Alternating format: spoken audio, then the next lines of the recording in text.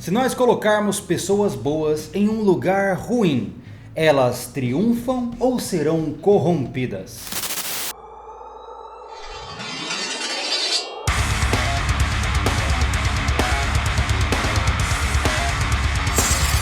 Olá, seja bem-vindo a mais um episódio do Fio da Navalha. Hoje nós vamos conversar sobre um tema muito interessante, que é o efeito de conformidade social e o efeito manada. São comportamentos psicológicos que podem causar um grande estrago em uma sociedade. Mas antes disso, não se esqueça que tudo aqui está acontecendo por conta dos nossos apoiadores aqui no Fio da Navalha, com ênfase à loja Tática Militar, que traz esses acessórios super bacanas que estão no nosso cenário, e também ao mais novo apoiador do canal, a No Bullet, produtora de munições de manejo para você aí que tem um equipamento de segurança em casa, poder treinar com segurança e com eficiência. Vai sair muitos vídeos sobre esse assunto muito em breve, fica atento aqui no canal. Mas enfim, vamos ao nosso assunto. Para que a gente possa conversar sobre esses efeitos psicológicos, a gente tem que recorrer à história. E eu, como bom psicólogo, é claro, vou recorrer a um experimento psicológico que saiu do controle quando as pessoas não conheciam esse fenômeno que eu vou citar aqui para vocês. O nome do experimento foi a prisão de Stanford. Philip Zimbardo era um psicólogo proeminente na faculdade de Stanford, nos Estados Unidos, quando decidiu criar uma concepção de pesquisa, que é a frase que eu falei aqui para você no começo. Se eu pegar pessoas boas e colocar elas em um lugar ruim, será que essas pessoas vão virar ruins também? Ou será que elas vão lutar contra o sistema e vão predominar, vão triunfar? Essa era a pergunta principal. E não existe um cenário melhor do que testar essa possibilidade em uma prisão. Na prisão, você sabe que as relações são um pouco complicadas. Então, Philip decidiu fazer uma prisão simulada, onde ele colocaria voluntários para ser tanto presos quanto voluntários para ser guardas. A proposta foi bem bacana, tanto que a faculdade aprovou esse experimento e uma prisão de mentirinha foi construída no subterrâneo da faculdade de Stanford, no bloco da psicologia. Esse layout dessa prisão foi inclusive recomendado e aconselhado por diretores de prisões de verdade, então eles queriam fazer um negócio mais próximo da realidade possível. E esse experimento tinha que durar somente 2 semanas, ou seja, por 2 semanas voluntários estariam ali dentro participando desse experimento simulado. Para escolher as pessoas que iam participar desse experimento, eles fizeram uma bateria de testes muito grande em todos os candidatos que apareceram, até porque eles não queriam colocar ninguém que tivesse alguma anomalia comportamental, algum vício ou coisas do gênero. Eles queriam participantes 100% saudáveis para não haver nenhuma contaminação no estudo. Depois dos candidatos todos terem sido selecionados, começou a simulação e ela foi tão verdadeira que, para você ter uma ideia, os que foram designados como presos foram presos nas suas casas. Parou uma viatura policial na frente de casa, os caras foram pegos ali, fizeram uma revista simulada na casa do cara, botaram um capuz nele e levaram ele algemado mesmo na frente de toda a vizinhança.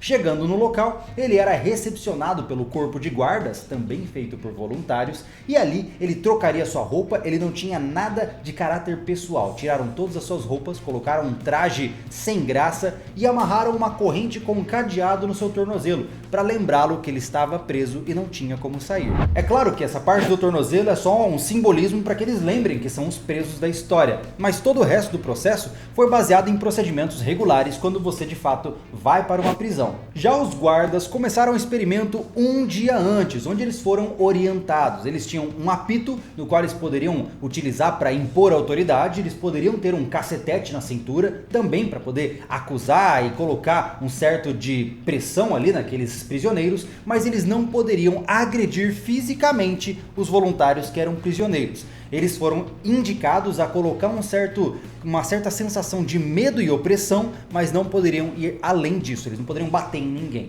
Essa era a concepção. Os guardas tinham um uniforme de fato como policiais e usavam óculos escuros que não permitiam que os presos estabelecessem um contato visual, o que com certeza fazia uma separação bem clara de autoridade. Ah, e importante, o pesquisador Philip Zimbardo atuou como diretor da prisão, então ele ia monitorar todo o local, tinha câmeras pra caramba, e ele monitorava o comportamento desses dois grupos, dos prisioneiros e dos guardas. Enfim, o experimento começa e então o fenômeno começa a acontecer. Olha só que interessante. Os guardas, eles não precisavam de permissão de nada, eram eles quem definiam o que faziam, determinando ali, baseado nas próprias métricas. Enfim, o que aconteceu foi que revistas começaram a acontecer, daqui a pouco, 2h30 da manhã, na primeira noite, os guardas já começaram a atacar o terror, começaram a fazer revista, gritar com os candidatos, começaram a fazer jogos entre os prisioneiros para que eles começassem a se sentir cada vez piores, e as coisas foram evoluindo e se intensificando. Lentamente, o grupo de prisioneiros começou a formar alianças, alguns prisioneiros não se relacionavam com outros, inclusive alguns começavam a dedurar para os guardas algo que outro prisioneiro tinha feito. De fato, virou um sistema de prisão quase que verdadeiro. O problema de ter se aproximado tanto da realidade é que o experimento começou a sair do controle. Os guardas começaram a humilhar os prisioneiros e os prisioneiros começaram a se rebelar contra os guardas. E a situação foi se escalonando até um ponto onde, 5 dias depois, a namorada do pesquisador, do Philip Zimbardo, foi conhecer o experimento. E quando ela chegou lá, ela ficou horrorizada pelo que ela viu. E ela disse, chega. E então, o próprio pesquisador não tinha percebido, mas ele tinha se tornado parte da simulação e não estava compreendendo o mal que estava causando aqueles voluntários. Resumindo, o experimento da prisão de Stanford, que deveria durar 2 semanas, foi parado com 5 dias e todos os candidatos saíram dali com algum tipo de cicatriz negativa nos seus emocionais. Esse experimento ele ficou muito famoso porque as pessoas começaram a se perguntar, por quê? Porque eu, prisioneiro, voluntário ali, tô de mentirinha ali, vou me sujeitar a um cara me xingando? Ou eu como guarda, por que eu vou maltratar uma pessoa sendo que ninguém me deu ordens para isso? Isso foi muito interessante até o ponto do próprio pesquisador, Philip Zimbardo, escrever um livro chamado O Efeito Lúcifer, onde ele faz um estudo bem aprofundado, tentando entender a origem do mal da humanidade. Eu até tenho esse livro, já recomendei no canal, tá aqui ó, O Efeito Lúcifer, Philip Zimbardo, fica à vontade para você dar uma olhada, aqui você vai encontrar uma linguagem muito técnica, eu não recomendaria para quem, de certa forma, tem um pouco de dificuldade de entender a parte comportamental, mas é um livro muito interessante sobre o assunto. Mas vamos avançar na nossa conversa. O ponto aqui que esse experimento levantou foi exatamente o fato de que um ambiente corrompeu pessoas normais, boas, que só estavam se voluntariando, universitários, a chegar ao ponto de eles começarem a se maltratar, ou seja, de corromper os seus próprios valores por conta do ambiente. Isso chamou muita atenção e um estudo começou a surgir para entender esse fenômeno chamado o efeito de conformidade social. Esse efeito ele é bem interessante e ele já foi testado de formas menos dramáticas ao longo da história e do estudo da psicologia. Basicamente o que acontece é que, veja só, nos tempos primitivos, você como homem das cavernas, você teria que estar num grupo, certo? Ninguém viveria sozinho no tempo primitivo. Então o nosso cérebro meio que treinou a gente para que a gente sempre estivesse pensando em estar junto de um grupo. Para tal, você tem que se conformar às regras daquele grupo, senão você vai ser excluído, não é verdade? Esse é o efeito de conformidade social. Nós não queremos nos sentir rejeitados. A gente acabou de sair das cavernas em termos de timeline aí, né? A gente recém saiu do ponto de vista evolutivo. Então nosso cérebro não se adaptou ao mundo moderno. O que significa que, geralmente, com raras exceções, a gente pensa assim, se todo mundo está fazendo, eu vou fazer o mesmo. Isso traz mais um experimento bem interessante que foi executado por várias vezes em vários lugares e teve o mesmo resultado, que é o teste do elevador. Como é que funciona? Você tem um elevador e ali dentro você coloca pessoas, obviamente, que estão conscientes do teste, e essas pessoas vão entrar nesse elevador e em vez de ficar viradas para a porta, como geralmente a gente faz, né? Aperta o botão e fica ali olhando para a porta, essas pessoas se viram para trás, elas se viram contra a porta do elevador. Aí o que acontece? Eles abrem então esse elevador para pessoas entrarem. Cara, é muito interessante. O que acontece é que a pessoa entra no elevador, aperta o botão e para de frente para a porta. Só que aí o que acontece é que ela vê que todo mundo está olhando para o outro lado. Ela não quer se sentir excluída. Logo, o que acontece? Ela vira de costas também. Isso é muito interessante porque o mesmo fenômeno pode ser aplicado tanto num teste bobo como o do elevador, como também situações terríveis, como por exemplo os guardas dos campos de concentração nazistas. E esse efeito ele acontece em vários cenários da nossa vida.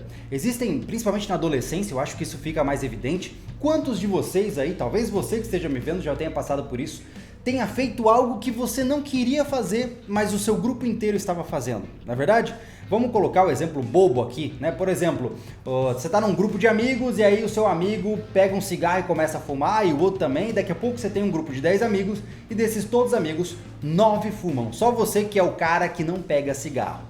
E aí o que vai acontecer naturalmente é que você vai se sentir pressionado pela conformidade social a fumar um cigarro também.